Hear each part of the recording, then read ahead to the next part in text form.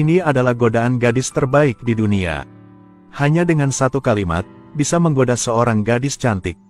Halo Lisa. Namanya bukan Lisa.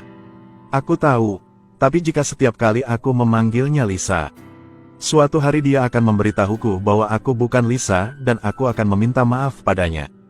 Seperti itu dia secara alami ingin memperkenalkan dirinya kepadaku, maka aku menang. Ya ampun. Ahli menggoda gadis-gadis ini disebut Jamie, dari wanita tua berambut abu-abu hingga gadis cantik. Tidak ada yang tidak bisa jatuh cinta dengan wajahnya yang tampannya. Pekerjaannya adalah perwakilan perusahaan farmasi. Setiap dia pergi ke rumah sakit, seorang perawat wanita dirayu. Hari itu, Jamie seperti biasa, mengandalkan wajahnya untuk menarik hubungan. Berpura-pura magang, mengejar dokter utama yang menjual obat, alhasil Maggie sering datang ke dokter. Meskipun dia orang yang berpengalaman, dia tetap mengagumi. Ini adalah gadis tercantik yang pernah dia temui. Dokter meresepkan obat Maggie, ingin memeriksa apakah kondisinya serius. Jamie berdiri dan mengerti, dia bukan dokter, jadi harus menjauh. Namun gadis cantik di depannya membuatnya tidak bisa melepaskan pandangannya. Ketika gadis itu menarik bajunya, Jamie meliriknya, hasilnya adalah yang menjual obat busuk ini berani mengintipku, yang jahat. Kamu yang pengecut. Jadi Maggie mengetahui penyamaran Jamie karena mantan pacarnya juga seorang staf medis. Sejak putus, pengedar obat jenis ini, dia memukul seorang setiap kali bertemu seorang. Tetapi reaksi Jamie di luar dugaannya, bukan hanya dia tidak marah, tetapi dia juga mengundangnya untuk minum kopi. Tindakan pria pemberani ini pada dasarnya adalah cara yang bagus untuk membuat orang lain tidak bisa mengelak. Buat para gadis merasa nyaman dengannya, capai saja ini, hanya masalah waktu untuk terjebak. Tapi Maggie juga tidak kena serangannya, dia tahu niat Jamie hanya dengan sekali pandang. Tidak peduli untuk meninggalkan jari tengah dan pergi. Semakin Jamie begitu bersorak, dia belum pernah bertemu dengan seorang gadis dengan kepribadian seperti itu. Dia memanfaatkan hubungannya dengan resepsionis rumah sakit, dengan mudah mendapatkan nomor telepon Maggie. Tidak sabar lagi dan segera memanggil gadis itu. Maaf aku tahu aku mengintip, tapi kamu benar-benar cantik. Untuk meminta maaf tentang hal itu, kamu sengaja menerima kopi permintaan maaf aku. Maggie tahu bahwa jika dia tidak setuju, dia akan terikat dengan pria ini selamanya. Jadi Maggie meminta Jamie untuk bertemu di kedai kopi pada pukul 5 sore, dan Jamie dengan bersemangat menyiapkan pertunjukan khusus untuk mengenal gadis itu. Namun baru bertemu, mata indah Maggie membuat mata Jamie tak bisa lepas dari pandangannya. Segala sesuatu yang ingin Jamie katakan sebelumnya dilupakan, tetapi Jamie masih memperhatikan jari-jari Maggie yang gemetaran. Maggie segera menarik tangannya kembali, keduanya saling memandang selama 10 detik dan kemudian mereka berdua saling menginginkan. Pergi saja. Hadapi inisiatif Maggie, Jamie yang tidak mau lemah, keduanya dengan cepat memutuskan hubungan. Keduanya makan cemilan bersama, terus ngomong-ngomong, namun saat mereka bersama dalam waktu yang lama, mereka hanya memutuskan untuk bertemu dan tidak membicarakan cinta. Jika tidak, Maggie akan mengakhiri hubungan ini secara sepihak. Sepertinya permintaan yang tidak masuk akal, sebenarnya Maggie berusaha menghindari kenyataan bahwa dia mengidap penyakit. Maggie juga pernah jatuh cinta beberapa kali sebelumnya, awalnya karena kecantikannya. Berpura-pura tergila-gila, tapi saat Maggie sakit lagi, mereka lagi kabur. Mengalami hal-hal tersebut membuat Maggie tidak berani percaya pada cinta, dia hanya bisa menekan rasa cinta di dalam hatinya. Dia tahu cinta adalah komoditas yang murah, dan dirinya tidak punya keberanian untuk mencintai orang lain lagi. Tapi Jamie telah jujur padanya, akan selalu senang menerima janji dari Maggie. Juga akan merasa damai karena bisa makan bersamanya, menelepon Maggie saat dia sedang mabuk. Hanya karena ingin mendengar suaranya. Kamu merindukanku kan? Tidak. Aku rindu kamu. Jamie, yang merupakan master trap boy, tidak pernah mengalami getaran seperti itu. Samar-samar Maggie merasakan hal itu, menghabiskan waktu manis terakhir bersama Jamie dan mengucapkan putus cinta. Penyakit Parkinsonnya semakin parah, jari-jarinya terus bergetar, dia bahkan tidak bisa mengupas kue.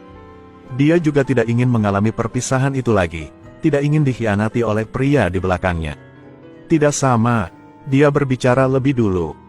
Aku tidak bisa bersamamu lagi.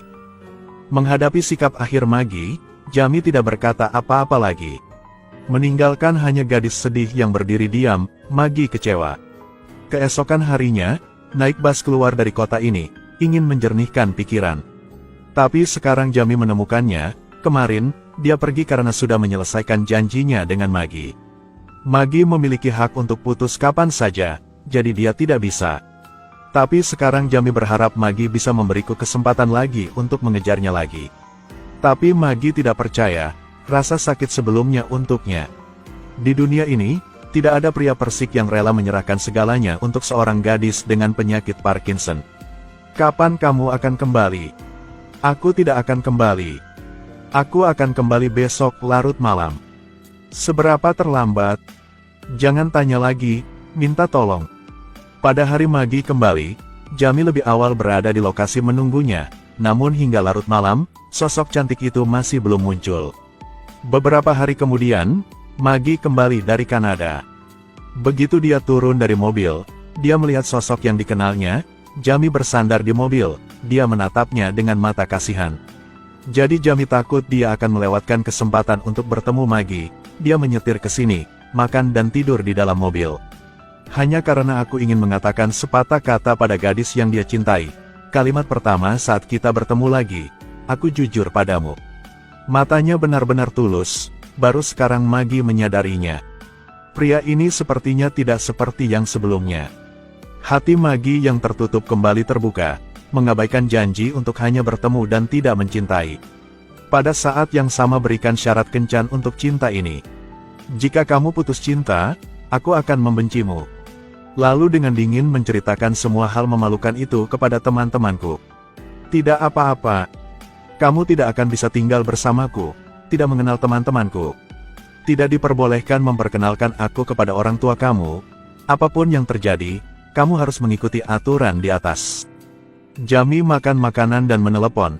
Magi akan berbaring miring, diam-diam memperhatikan semua tindakannya. Tatapannya dipenuhi kelembutan untuk pria ini, di tape recorder yang merekam semua saat-saat indah di antara mereka berdua. Kekuatan cinta itu ajaib, karir Jami seperti ikan di air. Keduanya juga mengubah mobil tua menjadi mobil mewah, begitu banyak cinta di bawah sinar matahari yang hangat.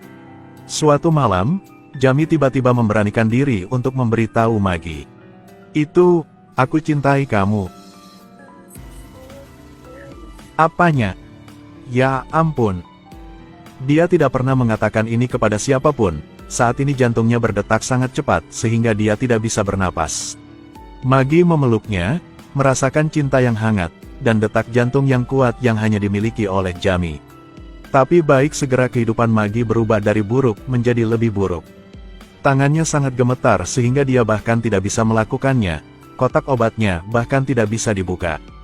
Hal-hal yang terlihat kecil menumpuk menjadi satu, menyebabkan emosi Magi hilang kendali. Katakan padaku, apa yang begitu menarik tentangmu? Aku hanya ingin kamu sendirian. Kenapa begitu? Apa yang kamu mau buktikan? Dia mengucapkan kata-kata kasar kepada Jami, hanya karena dia ingin dia segera meninggalkannya. Dia tidak ingin terlibat dalam hidupnya, seperti Magi ingin Jami pergi. Mentalitas Magi juga mengikutinya, seperti pecahan kaca di tanah. Mendengar tangisan menyakitkan Magi, Jami mau tidak mau kembali ke kamar itu. Meskipun Magi melampiaskan amarahnya pada kehidupan sialnya di kepalanya, Jami tidak pernah ingin membuang gadis ini. Dia hanya ingin berada di sisinya untuk melindunginya. Beberapa hari kemudian, keduanya menghadiri pertemuan pasien Parkinson.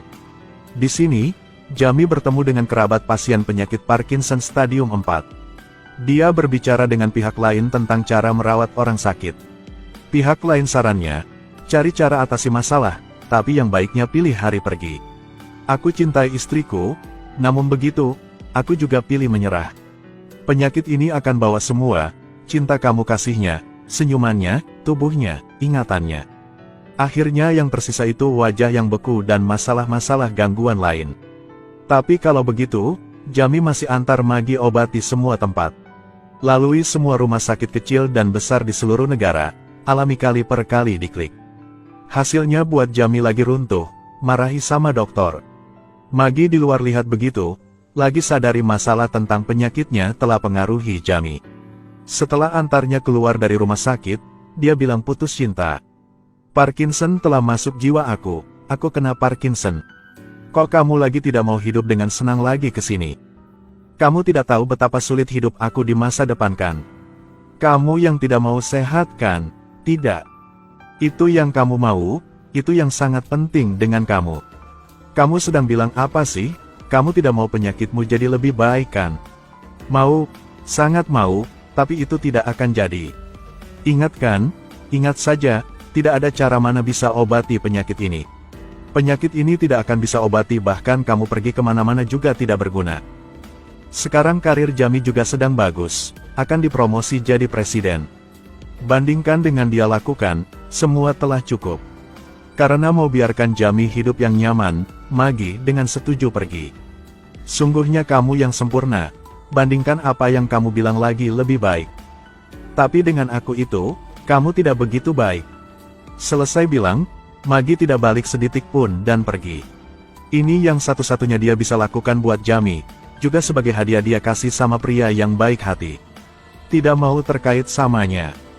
Kali ini, mereka sungguhnya putus cinta, dari sejak itu sampai lalunya, Magi terusnya hindarinya. Tidak angkat HP-nya, tidak ada bisa temunya. Sangat cepat sampai waktu dapat promosi, Jamie harus ke Chicago biar lanjutkan posisi presiden. Selama pesta promosi, dia bertemu gadis itu lagi. Saat ini, pria lain muncul di sampingnya, mungkin memulai permainan cinta baru. Mereka berdua memiliki banyak kata satu sama lain, tetapi tidak tahu harus mulai dari mana. Hanya bisa memerah mata dan melihat pihak lain dan pergi. Aku sangat senang bertemu dengannya. Ketika Magi memiliki secercah harapan di hatinya bahwa dia ingin kembali, dia sudah tahu bahwa dia dipromosikan. Dia memalingkan muka, dia tidak ingin menunda masa depannya. Keesokan harinya, saat Jamie sedang mengemasi tasnya, dia tanpa sengaja membuka kaset rekaman saat dia dan Magi masih bersama. Dia menunjukkan video itu. Setiap detik menit ini, aku sangat bahagia. Tidak peduli berapa kali kami dapat memfilmkannya di masa mendatang, aku harap yang terakhir tidak datang terlalu cepat. Aku sungguhnya bahagia. Jamie akhirnya menyadari betapa pentingnya dia bagi Magi. Dia tahu bahwa jika dia merindukan Magi, dia akan menyesalinya seumur hidupnya. Jamie segera melaju menyusuri jalan yang biasa dia lalui untuk mencari. Untungnya, semoga berhasil, dia menyusul bus dengan Magi di dalamnya.